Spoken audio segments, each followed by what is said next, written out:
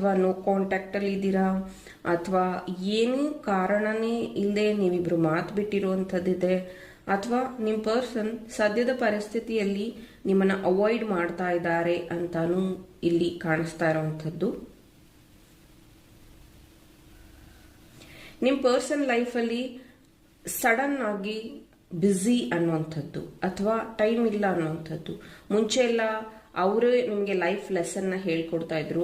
ಅಂದರೆ ಜೀವನ ತುಂಬ ಚಿಕ್ಕದು, ನಮ್ಮನ್ನು ಪ್ರೀತಿಸೋರ್ನ ನಾವು ಮಿಸ್ ಮಾಡ್ಕೋಬಾರ್ದು, ದಿಸ್ ದ್ಯಾಟ್, ಒಂದು ದಿನದಲ್ಲಿ ನನಗೋಸ್ಕರ 5 ನಿಮಿಷ ನೀನು ಕೊಡಲ್ಲ, ಈ ಥರದ ಕ್ವಶನ್ಸ್ ಅವ್ರು ನಿಮ್ಮನ್ನ ಕೇಳ್ತಾ ಇದ್ರು.